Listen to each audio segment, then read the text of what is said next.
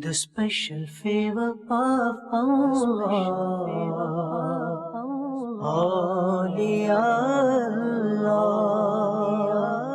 The universe is the body and its soul. Awliya Allah.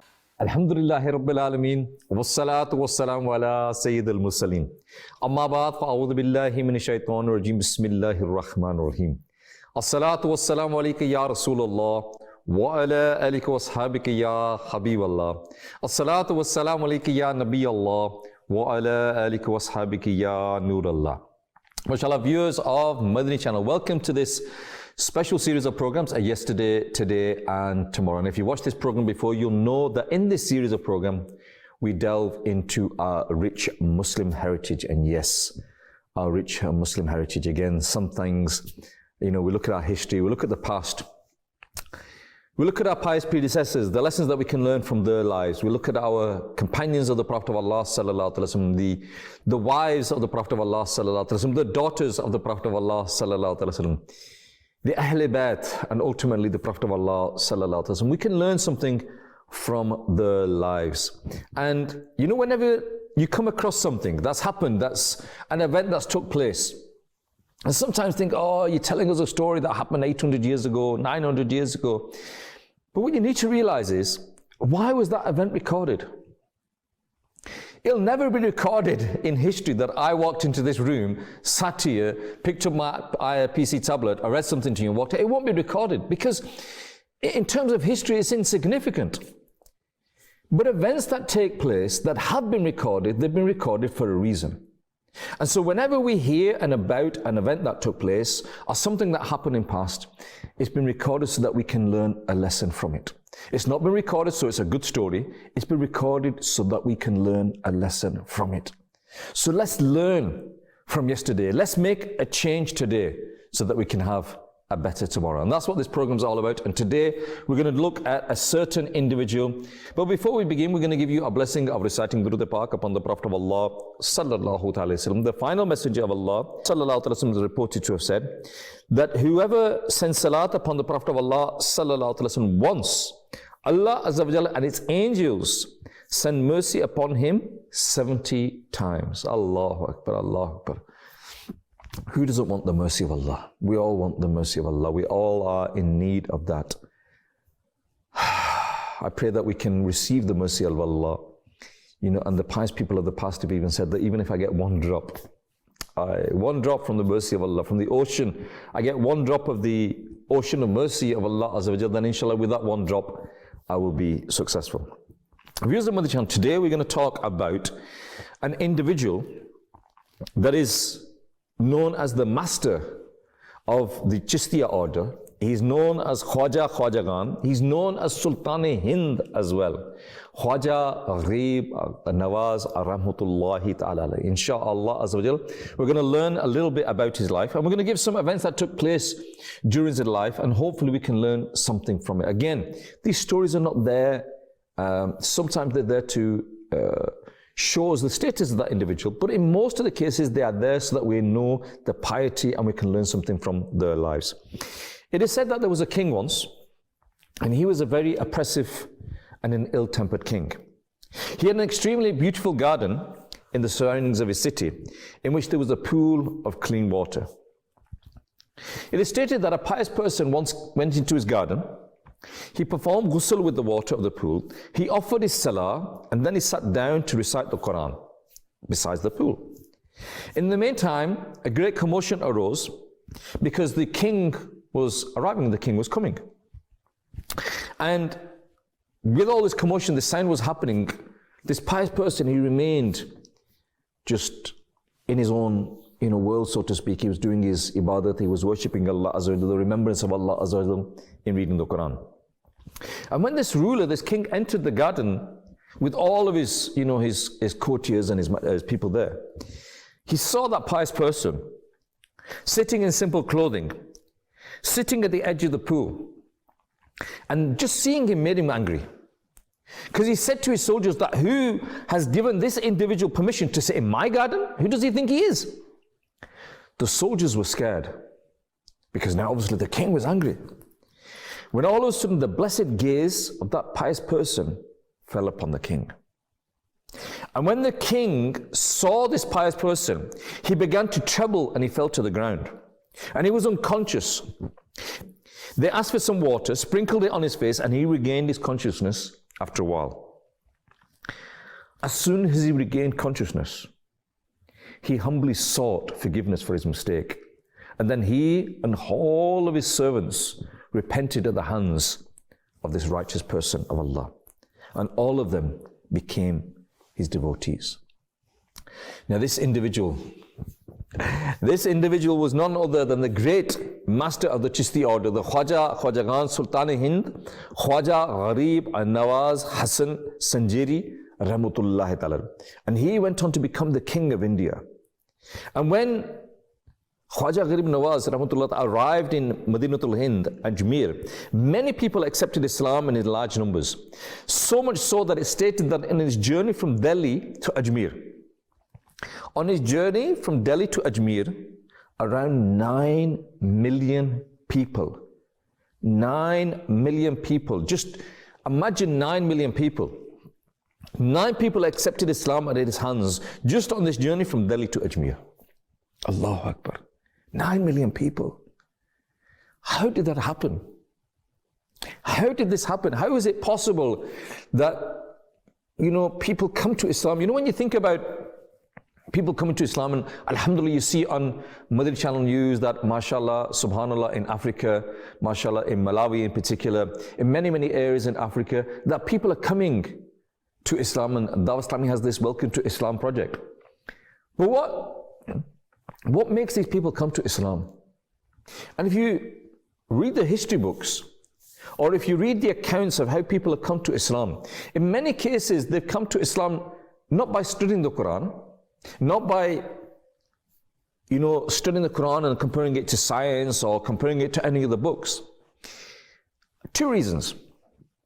Either they were fortunate enough to read a seerah of the Prophet of Allah sallallahu alaihi wasallam, in which they saw the splendid character shone through, his piety shone through, his character shone through, and they became impressed by this individual and followed his teachings.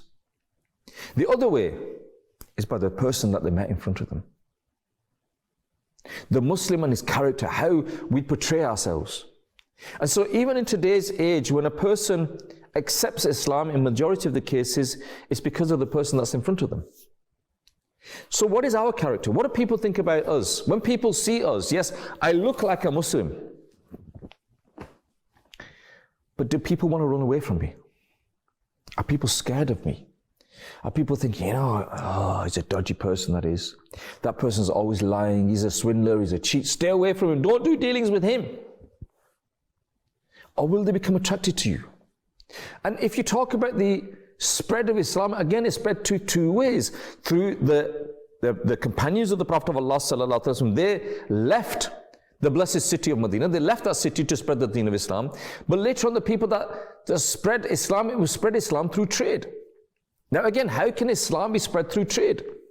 Islam was spread through trade because the people that saw these traders, they saw these businessmen, they saw the honesty in the transactions, they saw the way they dealt with people in the business, they saw that this was so unique, not even today, in then and today, it's so unique, the honest businessman. And because of the honest trader, these honest traders, people accepted Islam.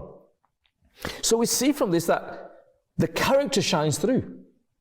Our character is what people see, and people say that your first impressions are the lasting impressions. If you meet someone with a grumpy face, if you meet someone and you're angry with them, if you meet someone and use foul language with them, after you've used that foul language, after you've been angry with them, after you've used that grumpy face in front of them, after that, whatever you say, no matter what you say, they're not going to listen to you. They're not going to listen to you. Even if you are, speaking the whole, 100% truth. Why? Because the introduction that you give them, that first impression that you give them, was the impression that, I don't want to listen to this. I don't want to be in this person.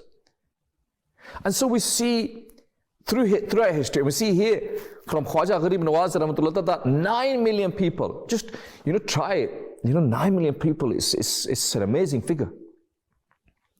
You can't even count to 9 million. Trust me, you can't count to 9 million. 9 million people accepted Islam. We see that the biggest stadiums nowadays, 120,000, 150,000, there may be stadiums around the world that hold 200,000, maybe, I don't know. 9 million. And so if there are stadiums around the world, then 5 of them stadiums per million, 18 of them stadiums. This is how many people accepted Islam. How? Through the character of Khwaja Gharib Nawaz Rahmatullah. Inshallah, we're going to take a small break now. Inshallah, when we come back, we're going to give you a little bit of an introduction about who this personality was, and we're going to try and learn something from his life. Let's go for this small break. Inshallah, when we come back, we'll continue with the topic of the day. Sallu ala al-Habib sallallahu ta'ala ala Muhammad sallallahu alayhi wa sallam. Khwaja piya, Khwaja piya, Khwaja piya, Khwaja piya.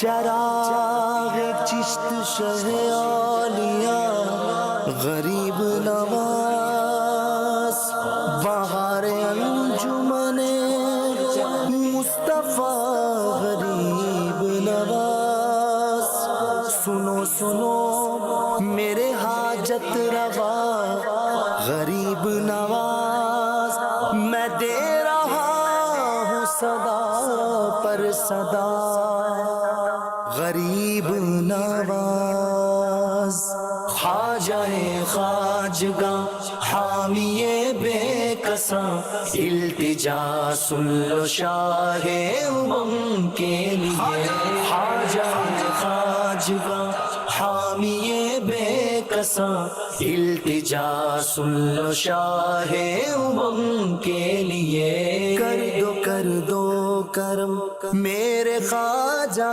پیا کر دو کرم سیدی محترم کر دو کرم سیدی محترم تم کو بھیجا گیا ہے کرم کے لیے خواجہ خواجگاں حامی بے کساں التجا سن لو شاہ امم کے لیے خواجہ پیا خواجہ پیا خواجہ پیا خواجہ پیا نور شاہ نجف میرے خواجہ پیا نور شاہ نجف میرے خواجہ پیا تیری چوکھٹ سے دنیا نے پائی عطا تیری چوکھٹ سے دنیا نے پائی عطا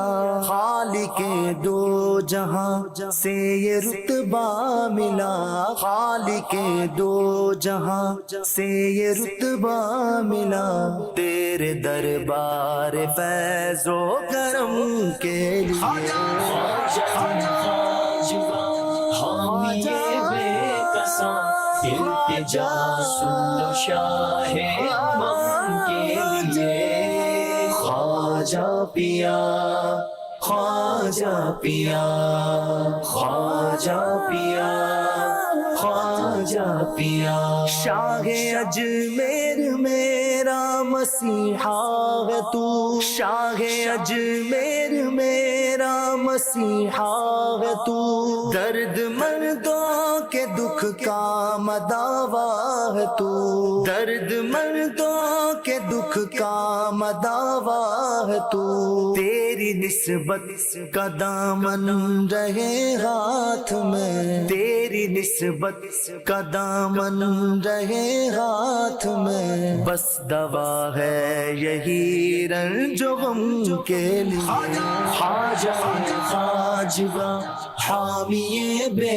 کساں التجا سن لو شاہ امم کے لیے خواجہ پیا خواجہ پیا خواجہ پیا خواجہ پیا تھامنا ہاتھ ہے سید مہربان تھامنا ہاتھ ہے سید مہربان ہے تیرا کام ख्वाजा खता पोशियां है तेरा काम ख्वाजा खता पोशियां लाज रखना फना की मुईने जहां लाज रखना फना की मुईने जहां हश्र में ताजदारे हरम के लिए Khwaja खाजगा हामिए बेकसा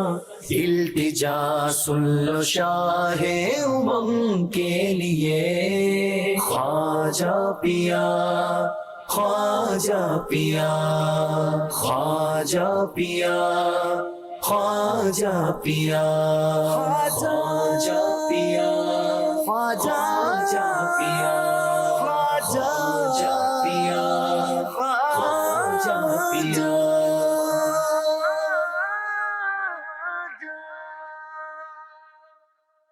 Sallu ala al-Habib sallallahu ta'ala ala Muhammad sallallahu alayhi wa sallam. MashaAllah, viewers of Madani Channel, you're watching yesterday, today and tomorrow. Now, who was this person?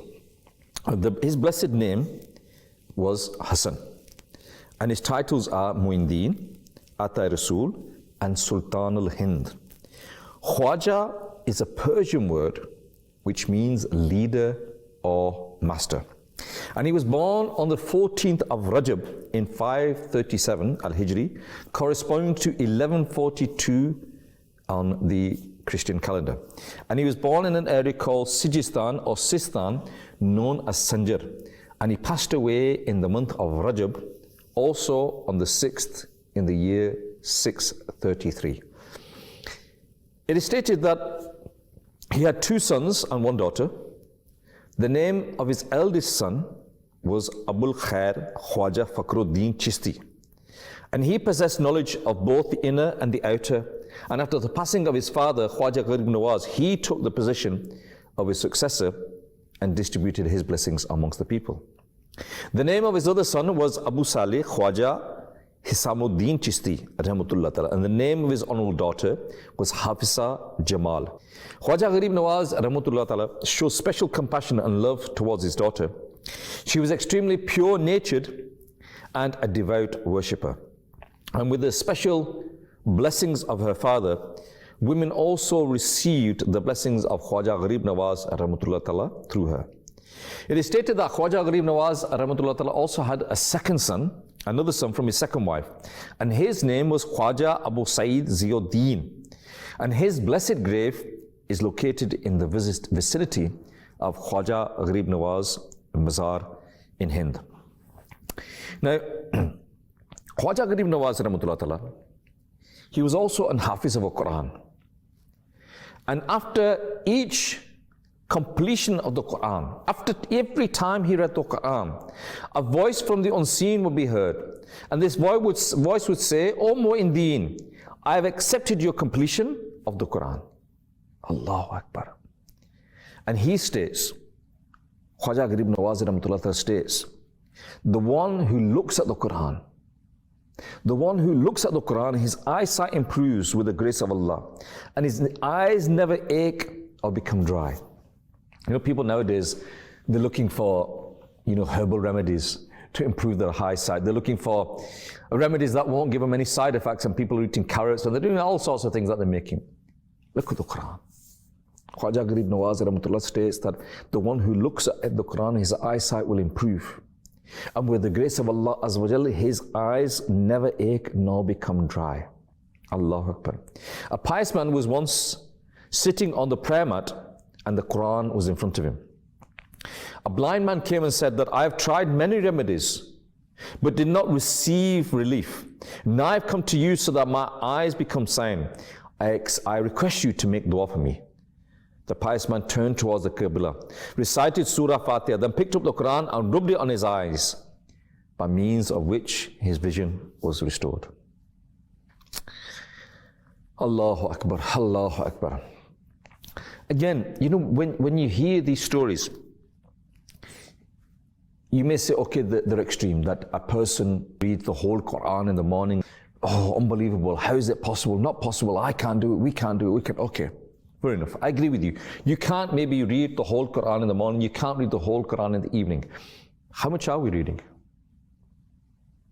How much of the Quran are we reading? You know, okay, maybe you're not reading the whole Quran in the morning, you're not reading the whole Quran in the evening, but how much are we reading? And I remember meeting a person. You know, people say, oh, these were the people of the past, they could do it, we can't do it. I think maybe 15 years ago, I met a person and he said to me that his blessed father, because he's passed away since, his blessed father used to complete the Quran in 7 days. He used to read the whole Quran in a week. Every 7 days, one completion of the Quran. And I remember listening, thinking, I was shocked. You know, how is it possible? No, my father loves the Quran. He reads the Quran every day. And even today, I met a brother, there's a brother here, mashallah, a beautiful brother that has given a lot of time to Dawat Islami.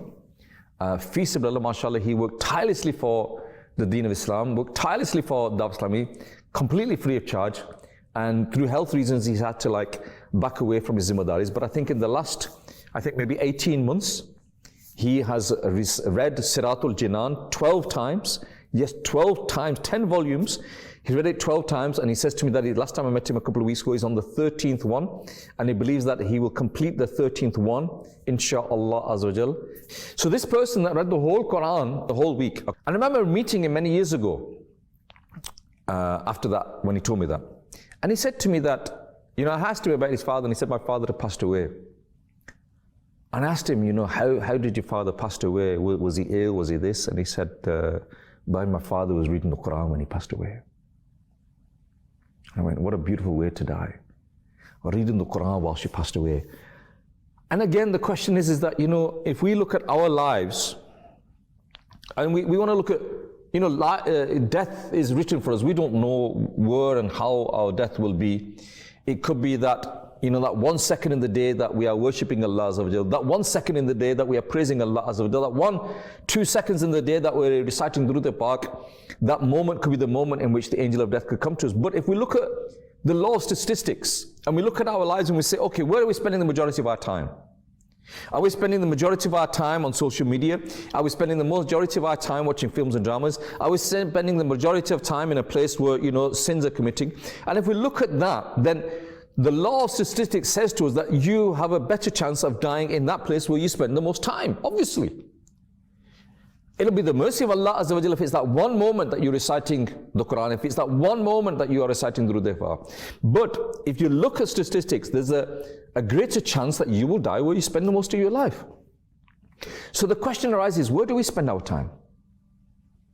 Where is the majority of our time spent? Is it in a place or in an action in which we are pleasing our Creator? Is it something that we are doing to please our Rabb? That we are worshipping Allah, we're remembering Allah, we're reading our Salah 5 times a day, we're reading the Quran on a daily basis, we're attending the weekly Ijtama, we're attending the courses of Dawah Islami, we're traveling on a Madani Kafla. You know, if these are part of your routine, then insha'Allah Azza wa Jal, not only because of this routine are you staying away from committing sins, not only are you building up your good deeds register, but at the same time, insha'Allah Azza wa Jal, you die in a good state. And what is a good state? A good state is not just, you know, dying whilst reading the Quran. Dying in a good state is dying with the Iman. And that should be the wish, the dream, the target, the challenge, the hope, the need, whatever word you can think of, that this is what every Muslim should aim for. If you have an aim in life, then your aim in life, the number one aim in your life should be to die with Iman. And nowadays when you ask people, what is your aim in your life? Oh, my aim in my life is to get a 4-bedroom detached house. My aim in my life is to get that car. My aim in my life is travel the world. My aim in my life is to do this.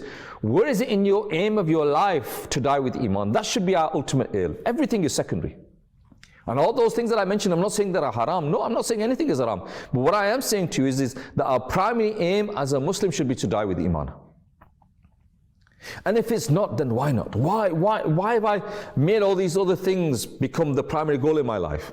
And I've said it before on Madani Channel, has our deen become a hobby? It's something that we do in our spare time. If we've got some time, we'll read our namaz. If we've got some time, we'll read the Quran. If we've got some time, we'll go to the masjid. If these ifs are not how you become successful. A person who's successful in his dunya, a person who's successful in this dunya, he's not a person that, if I've got time, I'll work on that. If I want to be, a businessman, then if I've got time, I'll give my business a bit of time. If I've got time, he'll never become a successful businessman. Because his business is something on the side. Yet through the mercy of Allah Azza wa Jalla, anything is possible. But generally speaking, it's not going to happen. In the same way, your akhirat, if it's something on the side, it's something that's a hobby, something that you do when you get a bit of time, how can you possibly be successful? And we hear about the people of the past, how much time they spent, reading the Quran, how much time they spent worshipping Allah Azza wa Jalla. The Prophet of Allah Sallallahu Alaihi Wasallam said that the most superior worship of my ummah, out of all of the ibadat, out of all of them, the most superior worship of my ummah is the recitation of the Quran. But unfortunately, what happens when it comes to the Quran, that the Quran unfortunately has become a book for the month of Ramadan. And people around here are probably already making intention, when the month of Ramadan comes, I'm going to read the Quran 3 times, I'm going to read the Quran 5 times, I'm going to read the Quran 10 times, I'm going to read the Quran once. All these intentions are being made now. But why not start reading it now? What is stopping you from reading the Quran today? Okay, yes, I agree with you that you'll get more reward in the month of Ramadan, but do you think you'll not get any reward now? Do you not think it's not right to start reading the Quran now? Oh, no, I'll wait for Ramadan to read the Quran. Why? Why are you waiting for something that might never happen? Allahu Akbar. The month of Ramadan might not come. Why are you waiting for that? Start now. If you've made an intention that you're going to read the Quran 3 times, 7 times, 10 times, 20 times, 30 times, however many times you're going to read the Quran in the month of Ramadan, start now. Why not? What is stopping us? And if we, for example, make an intention that during the month of Ramadan, every day we're going to read the Quran for, let's say, an hour a day, for 2 hours a day, or whatever we are going to do, then start now. 5 minutes a day, then 10 minutes a day, then 15 minutes a day, then 20 minutes, and build up to that. So when the month of Ramadan comes, not only will you be capable of reading the Quran for an hour, 2 hours, but also you get the reward for reading all of this as well. These are shaitanic whispers that come to us. No, I'll read in Ramadan. I'll wait till Ramadan. There's more reward in Ramadan. Inshallah, I'll read in Ramadan. These are all shaitanic whispers. The Prophet of Allah Sallallahu Alaihi Wasallam has also stated that Allah Azza wa Jalla recited Surah Taha and Surah Yasin 1,000 years before He created the creation. And when the angels heard the Quran, they said, goodness and greatness for the nation upon this will descend, and greater those chests which will receive it, and greater those tongues which will recite it. Allahu Akbar. In another hadith it is narrated that the final Messenger of Allah Sallallahu Ta'ala Alaihi Wasallam is reported to have said, there are 3 types of people who will be on mounds of dark musk on the day of judgment. They will not feel any kind of worry, nor will they be taken into account until the people are finished from being taken into account. One from among them is a person who recited the Quran for the pleasure of Allah and led people in prayer whilst they were pleased with him. Allahu Akbar. We're going to take a small break. Inshallah, when we come back, we'll continue with the topic of the day. Sallu ala al-Habib sallallahu ta'ala ala Muhammad sallallahu alayhi wa sallam.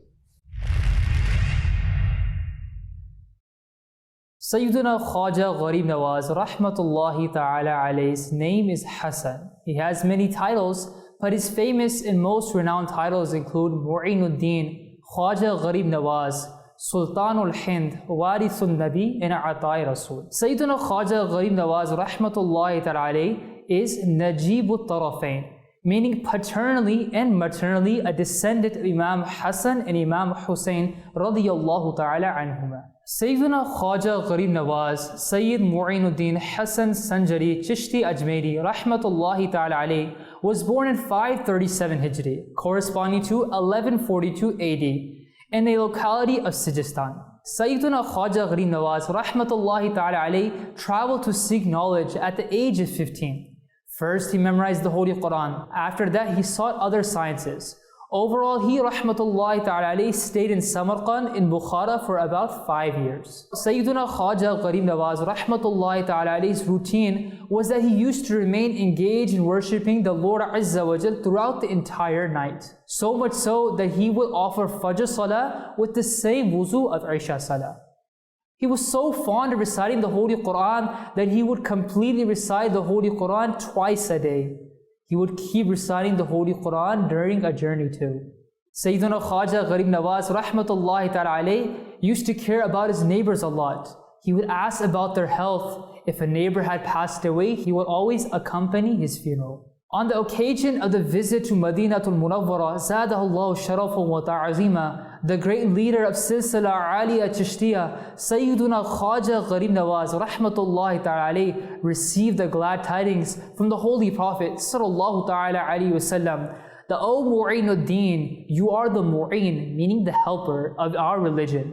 We have granted you the vilayat of India. Go to Ajmer. This belief will be removed through your existence and Islam will flourish. Sayyiduna Khwaja Gharib Nawaz rahmatullahi ta'ala alayhi passed away on the 6th of Rajab al-Murajab 633 Hijri, corresponding to 16th of March 1236 AD at the time of Fajr. Sayyiduna Khwaja Gharib Nawaz rahmatullahi ta'ala alayhi's shrine is located in the famous city of India, Ajmer, in the province of Rajasthan in the northern India district. Sallu ala al-Habib sallallahu ta'ala ala Muhammad sallallahu ta'ala alayhi wa alihi wa sallam. Sallu ala al-Habib sallallahu ta'ala ala Muhammad sallallahu alayhi wa sallam. MashaAllah, viewers of Madani Channel, we had that small package there, and you're watching yesterday, today and tomorrow. And today we're talking about, as you can gather, Khwaja Gharib Nawaz rahmatullah ta'ala. And it was mentioned there, the resting place in Ajmer Sharif of where he is. And there are many blessings in visiting that place. And this is our iman, that if we visit the resting place of our pious predecessors, then insha'Allah Azza wa Jal, we can benefit from them. Sayyidi Ala Hazrat Imam Ahl Sunnat, Imam Ahmad Raza Khan rahmatullah ta'ala states that many blessings are attained from the shrine of Khwaja Gharib Nawaz rahmatullah ta'ala. He says that the late Maulana Barakat Ahmad, who was my brother in Tariqah and the student of my noble father, told me that he saw a non-Muslim who had spots from head to feet, i.e. chickenpox. He would come up midday and he would sit on the hot gravel and stones in front of the blessed shrine, and he would say, "Oh Khwaja, I'm burning." And on the third day I noticed that he was completely fine. Allahu Akbar. There's another, people say that why was he called Gharib Nawaz? Why is he given this title of Gharib Nawaz? He stated that in his childhood, whilst he was a child, on the day of Eid, there was happiness everywhere, obviously on the day of Eid. And Khwaja Gharib Nawaz, rahmatullah, he was going to pray the Eid Salah, obviously in his best clothes that he had. And on the way there, he saw a young boy who was blind. And this blind boy was standing there in distress and sadness. Seeing his troubled face, the heart of Khwaja Gharib Nawaz became upset. And to put happiness inside his heart, he took off his new clothes, and this poor person, he took his clothes and put on his clothes. And then he took him to the Eid prayers as well. And in light of this account, it is not incorrect to say that Khwaja was Gharib Nawaz. Gharib Nawaz means cherisher of the poor, helper of the poor people. And he was that person even from a childhood. Now, if we say that we love Khwaja Gharib Nawaz, that he helped the poor people, do we? Do we help the poor people? Do we look out for the problems that they are facing? And I'm talking here to the people that are in the West, that whenever you get an opportunity to go to Pakistan or India or anywhere around the world where people are not as fortunate as you, what do you do? How do you look at them? How do you help them? Do you help them? And we should help them. We should help our poor Muslim brothers and sisters that are not as fortunate as we are. There is a great reward in doing this. And because on the Day of Judgment, you will be questioned that Allah gave you that money. What did you do with that money? So whenever there's an opportunity to help people, we should try and help them. Whenever there's an opportunity to put a happiness in the heart of a fellow Muslim, we should do this. You know, this is, again, the beauty of Islam, that you are rewarded by making someone happy. Just by making someone happy, you're rewarded. This is the beauty of our deen, that just by smiling is a sunnah, smiling is a sadaqah, smiling is a way of making other people happy. You know, but if we're always grumpy, then who's going to listen to it? But if we smile in front of people, be happy in front of people, then inshallah, you know, that'll make them happy. Yes, at the same time, if they are in distress, if they are poor, then obviously they need more help. And we should try and help them, because like I said, the money that you have in your pocket today, on the Day of Judgment, you will question that, what did you do with this money? So spend in the way of Allah. Help people. Help the poor, especially your relatives. Again, what happens is, some of us have this mindset, oh, you know, if I spend on him, if I stand him up, then tomorrow you'll start, you know, saying this to me and saying that. So what?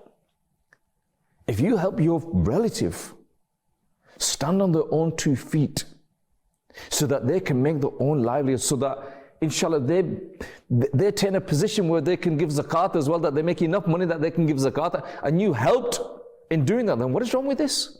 There is great reward in this. But no, we want to keep everybody down, we want to keep everybody poor, we want to keep everybody looking up to me and say, oh, he's our great helper, he'll help us, rather than helping them and bringing them up. Just what we're doing is we get effectively, and I don't like using these words, but I'm forced to use this word, we are giving them crumbs off the table just to keep them where they are. Oh, yeah, here, have a little bit, so that they maintain the respect that they have for us, because we've given them a few crumbs. But rather than giving them a few crumbs, give them something, get them to stand on their own feet, get them to run the whole household, help them, get the children educated, help the poor people of your family and relatives. And if you don't have any poor people that are in your family, then help the poor people around the world. You know, what is FGRF doing? FGRF is going around the world to help the grief-stricken ummah. The pain that the ummah is feeling, we should feel that pain. The Prophet of Allah ﷺ said that the ummah is like one body, that whatever pain they are feeling, we should feel that pain. But do we? No. We don't feel anything. We don't feel anything. Yes, for a few moments, we see a social media post. For a few moments, we see someone telling us something and we feel the pain that the ummah is feeling, and then we forget about it. You know, someone once said to me, said, it's as if the ummah has been given a massive anesthetic. And what does an anesthetic do? It takes away that pain. The whole ummah has been given this massive anesthetic that it can't feel anything. You know, there's a saying in English, I'm all right, Jock, as long as I'm okay, I don't care. That's not what our deen teaches us. This is not what the beauty of Islam teaches us. The beauty of Islam teaches us that if our Muslim brother, our Muslim sister is in pain, then we should feel the pain. In the same way that Khwaja Gharib Nawaz Rahmatullah saw that young blind boy in distress, unhappy on the day of Eid because he didn't have any nice clean clothes, what did Khwaja Gharib Nawaz Rahmatullah do? He didn't have an extra set of clothes, he didn't have any money, he gave whatever he had, he took his own clothes off his back, gave it to him and took them clothes off him. And what happened in the result of that? That young boy now went to the Eid prayers happily. Happiness was put in his heart. But do we even think about this? We don't. And we don't think about how our relatives feel. We don't think about how our neighbors feel. Forget that we don't think about how our spouses feel, how our children feel. We don't care about anybody. As long as I am okay, as long as I am happy, why should I care about anybody else? It's my life, let me do what I want. Astaghfirullah, this is not what our deen teaches us. If we look at the life of the Prophet of Allah sallallahu alaihi wasallam, you look at the life of the Ahl Bayt, you look at the life of the companions, you look at the life of our pious predecessors, all of them were there to help the grief-stricken ummah, to be there for them, to give them time. And just recently, an example I want to share with you on Madani Channel. Many of you are aware that the head of the executive committee, Maulana Haji Imran Atari, may Allah keep his shadow upon us, came to the UK. And literally on the last day, I was in Manchester, he was in Birmingham. And I got a message that there was a person that was very ill. and wanted to meet him to get the du'as. So I sent a message to him, and Nigrani Shura replied that, look, I'm here, whatever you want me to do, tell me. Alhamdulillah. And so I said, okay. So that person traveled. I'm not going to say where he traveled from, but it's safe to say that he traveled more than 100 miles. He traveled more than 100 miles to meet Nigrani Shura so that Nigrani Shura could do dua for him, and he was, quite ill, to the extent that the doctors have said that it could be a life-threatening illness. I arrived straight after Salatul Maghrib. So I performed my Salatul Maghrib, and that person was there. I didn't know him. And he said to me that, is your name this? And I said, yes. He said, I've come to see Haji Saab, but people have said he's gone upstairs now, and I missed him. I was 5 minutes late, and this and that. I said, no problem, don't worry, I'll take you. So I took him upstairs. He had his 2 sons with him. I took him upstairs to meet Nigrani Shura. Nigrani Shura came out of his room, sat down with them, spoke with them, comforted them, sat down with his children, did dua for them, got some pani and did dam on it. Give some sweets and, whatever sweets he had, he gave them to the children and did dua for that person. And that person, he it's not as if he went away like almost buzzing there, feeling so much better. And what happened there? Nigrani Shura gave him time. How much time? 5 minutes, maybe give or take a few minutes. But then 5 minutes that Nigrani Shura give to that person had such an impact on that person's life. He felt so much better. The journey of 100 miles, he was so happy with it. And that person has been messaging me since. Jazakallah Bhai for allowing me to meet Nigrani Shura. His du'as have made me feel better. I've got the water and my children are so happy and this and that. What did Nigrani Shura do? How much time, how much money did he spend? Did they take $1,000 out of Nigrani Shura's pocket? No. Did they take a lakh rupees out of his pocket? No. Nigrani Shura give them 5, 6, maybe minutes, and they were happy. We don't give people time. We don't care about how other people feel, the pain that they are feeling. We need to become like this and give people time and sit with them and listen to their problems, listen to the words, and try to resolve them, try to help them. Viewers of the channel, you're watching yesterday, today, and tomorrow. We're going to have a small package now, inshallah, and then we're going to continue with the topic of the day. Let's go to the small package. Sallu ala al-Habib, sallallahu ta'ala ala Muhammad, sallallahu alayhi wa sallam. Masjid Quba. About 3 kilometers from Medina lies village called Quba, where this masjid is situated in southwestern direction. The excellence of this masjid has been described even in the Quran, and authentic hadith devotees of a Rasul can reach from Masjidun Nabawi to Masjid Quba by walking with a medium pace with almost 40 minutes. It is situated in Sahih Bukhari that the beloved Prophet sallallahu ta'ala alayhi wa alihi wasallam used to travel to this masjid every Saturday, either by walking or by riding. Here are 2 sayings of the noble Prophet sallallahu ta'ala alayhi wa alihi wasallam. Number 1, to offer salah in Masjid Quba is equal to Umrah. Number 2, the person who makes wudu at his home and then offers salah in Masjid Quba will be given the reward of Umrah. Sallu ala al-Habib sallallahu ta'ala ala Muhammad sallallahu alayhi wa sallam. Sallu ala al-Habib sallallahu ta'ala ala Muhammad sallallahu alayhi wa sallam. Viewers of the channel, you're watching yesterday, today, and tomorrow. And today we are talking about the great personality, the King, Sultan al-Hind, Khwaja Gharib Nawaz, Rahmatullah Ta'ala, the leader of the Chishti order in Hind. And it's stated that once he was on a journey and he met a frail old man. And he said that, I thought to myself that, why is this person so frail, so weak? Now the old man, he had insight. And he answered before Khwaja Gharib Nawaz Rahmatullah even asked the question. And he said to him that once I went to the graveyard with my friends. I sat down near a grave and a funny story was being related, upon which I laughed out aloud. He said, I heard a voice from the grave which said, O heedless one, the one who is being followed by death The one who will meet the angel of death, the one who will be buried in a grave under the ground where there will be snakes and scorpions. What has he got to do with laughing? He said, when I heard this, I stood up from there, left my friends, and began to live in a cave. Even today, I'm still trembling out of fear of this incident, and I have not looked towards the sky for 40 years out of shame. Allahu Akbar. This event, again, there's a lesson there. I keep on saying this. Whenever these events are recorded, narrated, or brought down to us, there's a lesson there for us. Even though, viewers of Madani Channel, laughing out loud is not a sin, but we should still avoid it.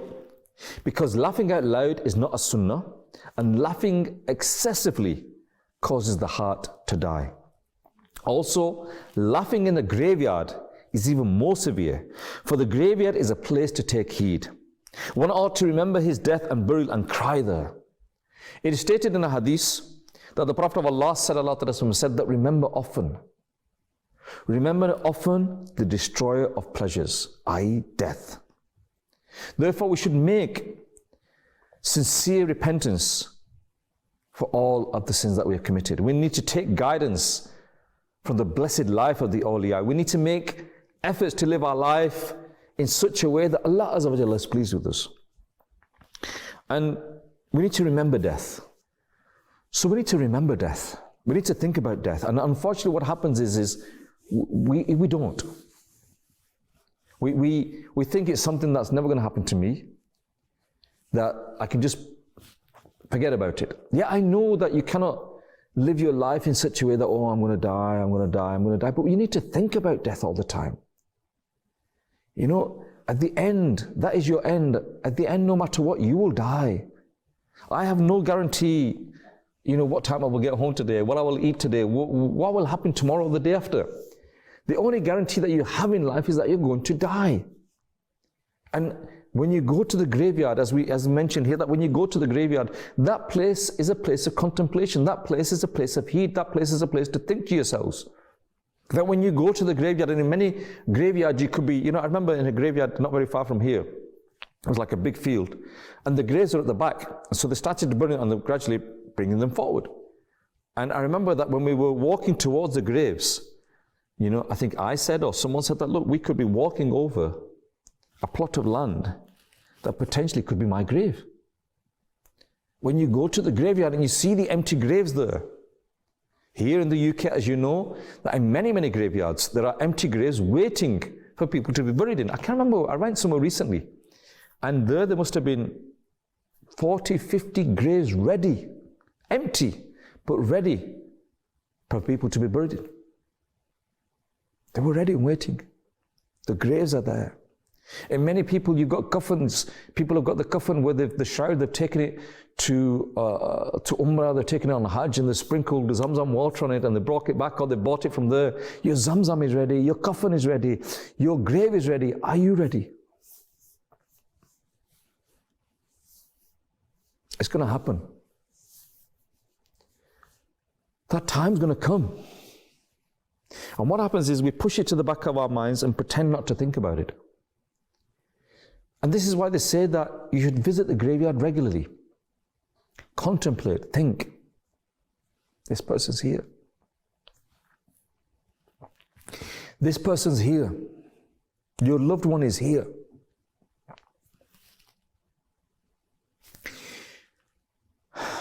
It's going to be you soon. And if you know that you're going to die, which we know that we're going to die, should we not be concerned about the state in which we are going to die? Should we not be concerned about the fact that as a Muslim, that our greatest achievement in life is to die with Iman? Are we aware of those things that potentially could cause us to lose our Iman? Do we even worry about trying to find out those things? We know those things that can affect, our health, that can affect our sugar levels, they can affect our cholesterol levels, they can affect, our health, they can, this is not good for your health, this is not good for your health, you need to be doing this, you need to be eating this. We're aware of all those things. We know that if we eat, too much fatty foods, that it's going to have our cholesterol levels are going to go sky high. Too much sugary, we're going to put weight on and it's going to affect our sugar levels. Too much of this, too much of that. All of these things we're aware of. Are we aware of those things that could cause us to lose our iman? Are we aware of those things that we need to do to protect our iman? Are we aware of those things that we can do to please our Rabb? Are we aware of all of these things? And in the majority of cases, maybe no. Maybe we're not aware. So viewers of Madani Channel, when we look at the lives of our pious predecessors, the way that they lived their lives, we see here with Khwaja Gharib Nawaz rahmatullah that he would, help the poor, he would read the Quran, he would worship Allah Azza wa Jal, he would do all of these things. Where are our standings? Where do we stand in all of this? Yes, we say that we have to live our lives, we have to earn a livelihood. They had family. Like I said at the beginning, he had 3 children. He had a second wife. They didn't die of hunger. They survived. They lived a normal life. He lived a normal life. They had clothes. Khwaja Gharib Nawaz as a child had good clothes. He wore clothes. He had all of these things, all of these needs and wants that me and you had. But at the same time, them needs and wants that me and you have were not the needs and wants that he had. For him, food was something that he had to have. Food, that it was rather than a purpose in life, it was something that he needed to eat to survive. He needed to wear clothes. But it wasn't the purpose of life. And unfortunately, a lot of these materialistic things have become our purpose in life. We need to prioritize our deen. We need to reflect on what is happening in our lives. We need to look at the direction that we are going. Inside us, we all have a compass. Look at which direction that compass is facing. Look at which direction you're going and ask yourself, if I continue in this direction, where will I end up? And if that direction where you will end up, if you are facing in the right direction, if you're facing in the direction of the beautiful city of Medina, then inshallah. But if you're not, then why not?